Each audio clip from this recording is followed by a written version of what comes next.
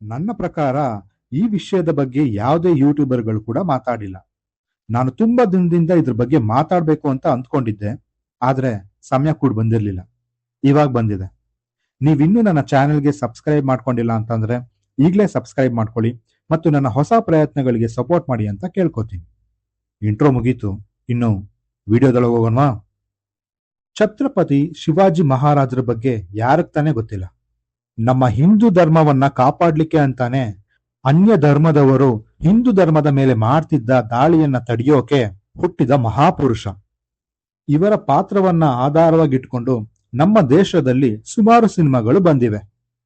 ಆದ್ರೆ ಇವಾಗ ಆಗ್ತಿರೋಂತ ಒಳ ಜಗಳ ದೊಡ್ಡದಾಗುವಂತ ಎಲ್ಲ ಸಾಧ್ಯತೆನೂ ಕಾಣಿಸ್ತಾ ಇದೆ.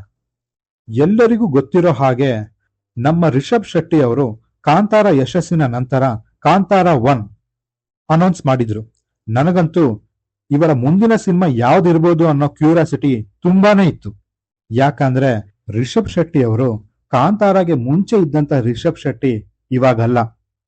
ಅವರು ಈಗ ಪ್ಯಾನ್ ಇಂಡಿಯಾ ಸ್ಟಾರ್ ಮತ್ತು ಅವರ ಮುಂದಿನ ಸಿನಿಮಾದ ಮೇಲೆ ಸಿಕ್ಕಾಪಟ್ಟೆ ಎಕ್ಸ್ಪೆಕ್ಟೇಷನ್ಸ್ ಗಳಿದೆ.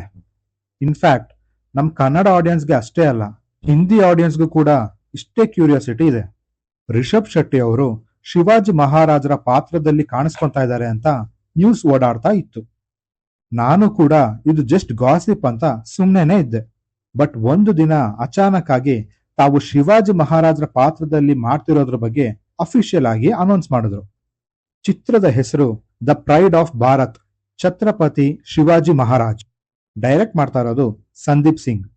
ಮೊದಲಿಗೆ ನನಗೆ ಖುಷಿನೇ ಆಯ್ತು, ಯಾಕಂದ್ರೆ ನಮ್ಮ ಮಣ್ಣಿನ ನಟ ಇಂಥ ಒಳ್ಳೆ ಪಾತ್ರ ಮಾಡ್ತಿರೋದು ಅಂತ. ಇನ್ಫ್ಯಾಕ್ಟ್ ರಿಲೀಸ್ ಡೇಟ್ ಕೂಡ ಅನೌನ್ಸ್ ಮಾಡಿದ್ದಾರೆ, 21 Jan 2027. All good. ಆದ್ರೆ ನನ್ಗೆ ಇವಾಗ ತೊಂದರೆ ಅಂತ ಅನ್ಸಿದ್ದು, ಸಂದೀಪ್ ಸಿಂಗ್ ಅವರು ಈ ಚಿತ್ರವನ್ನ ಮೊದಲಿಗೆ ರಿತೇಶ್ ದೇಶ್ಮುಖ್ ಜೊತೆಗೆ ಮಾಡ್ಬೇಕಿತ್ತು.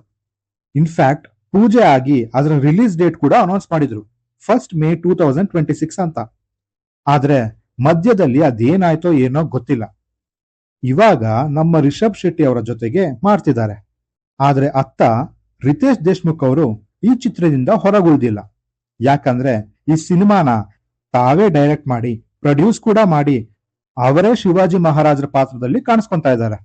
ಎಲ್ಲದಕ್ಕೂ ಉತ್ತರ 1 May 2026ಗೆ ಕೊಡ್ತೀನಿ ಅಂತ ಬೇರೆ ಹೇಳಿದ್ದಾರೆ. ಶಿವಾಜಿ ಮಹಾರಾಜರು ಹುಟ್ಟಿದ್ದು ಮತ್ತು ಆಳ್ವಿಕೆ ನಡೆಸಿದ್ದೆಲ್ಲ ಮಹಾರಾಷ್ಟ್ರದಲ್ಲೇ ಮತ್ತು ಅವರ ಮಾತೃಭಾಷೆ ಕೂಡ ಮರಾಠಿ. ಇವಾಗ ನೀವೇ ಹೇಳಿ, ಈ ಪಾತ್ರ ಮಾಡೋದಕ್ಕೆ ಯಾರಿಗೆ ಹೆಚ್ಚಿಗೆ ಹೋಲ್ಡ್ ಇದೆ ಅಂತ. ಫಾರ್ ಎಕ್ಸಾಂಪಲ್, ಇವಾಗ ನಮ್ಮ ನಾಲ್ವಡಿ ಕೃಷ್ಣರಾಜ ಒಡೆಯರ್ ಅವರ ಪಾತ್ರನ ವಿಕ್ಕಿ ಕೌಶಲ್ ಅವ್ರು ಮಾಡಿದ್ರೆ ಹೇಗಿರುತ್ತೆ? ಇಲ್ಲಿ ನಾನು ರಿಷಬ್ ಶೆಟ್ಟಿ ಅವರ ಆಕ್ಟಿಂಗ್ ಕೇಪಬಿಲಿಟಿ ಬಗ್ಗೆ ಮಾತಾಡ್ತಾನೆ ಇಲ್ಲ. ಅವರು ಎಂತ ಒಳ್ಳೆ ನಟ ಅನ್ನೋದನ್ನ ಆಲ್ರೆಡಿ ಪ್ರೂವ್ ಮಾಡ್ಕೊಂಡಿದ್ದಾರೆ. ನನಗೆ ಅನ್ಸಿದ್ದು, ಈ ಪಾತ್ರ ಮಾಡೋದಕ್ಕೆ ನಮಗಿಂತ ಅವರಿಗೆ ಹೆಚ್ಚಿಗೆ ಹೋಲ್ಡ್ ಇದೆ ಅನ್ನೋದು. ಇವಾಗ ಆಲ್ರೆಡಿ ಒಳಗೊಳಗೆ ಜಗಳ ಕೂಡ ಶುರು ಆಗಿದೆ. ಹೇಳ್ಬೇಕಂತಂದ್ರೆ ರಿಷಬ್ ಶೆಟ್ಟಿ ಅವರು ಹನುಮಾನ್ ಪಾತ್ರದಲ್ಲಿ ಕೂಡ ನಟಿಸ್ತಾ ಇದ್ದಾರೆ. ಅಲ್ಲಿ ಈ ಸಮಸ್ಯೆ ಆಗೋದಿಲ್ಲ, ಯಾಕಂದ್ರೆ ಹನುಮಂತನನ್ನ ಒಂದು ರಾಜ್ಯಕ್ಕೆ ಅಥವಾ ಒಂದು ಭಾಷೆಗೆ ಸೀಮಿತ ಮಾಡೋದಕ್ಕಾಗೋದಿಲ್ಲ. ಬಟ್ ಛತ್ರಪತಿ ಶಿವಾಜಿ ಅವರ ಪಾತ್ರದಲ್ಲಿ ಅದು ಎಷ್ಟು ವರ್ಕ್ ಆಗುತ್ತೆ ಅನ್ನೋದು ಗೊತ್ತಿಲ್ಲ. ಏನೇ ಆಗ್ಲಿ, ಯಾರೇ ಮಾಡಿದ್ರು ಚೆನ್ನಾಗಿರುವಂತ ಸಿನಿಮಾ ಮಾತ್ರನೇ ಸಕ್ಸಸ್ ಆಗೋದು. ಇದೇ ರೀತಿ ಇನ್ನೊಂದು ಸಿನಿಮಾ ಕೂಡ ಬರ್ತಾ ಇದೆ, ಅದ್ರ ಬಗ್ಗೆ ಮುಂದಿನ ವಿಡಿಯೋದಲ್ಲಿ ತಿಳಿಸ್ತೀನಿ. ಸದ್ಯಕ್ಕೆ ಇವರಿಬ್ರಿಗೆ ಆಲ್ ದ ಬೆಸ್ಟ್ ಅಂತ ಹೇಳ್ತಾ ವಿಡಿಯೋನ ಮುಗಿಸೋ ಸಮಯ ಆಯ್ತು. ಮುಂದಿನ ವಿಡಿಯೋದಲ್ಲಿ ಸಿಗೋಣ ಅಂತ ಹೇಳ್ತಾ ನಾನಿನ್ನು ಹೋಗ್ಬಿಟ್ಟು ಬರ್ತೀನಿ.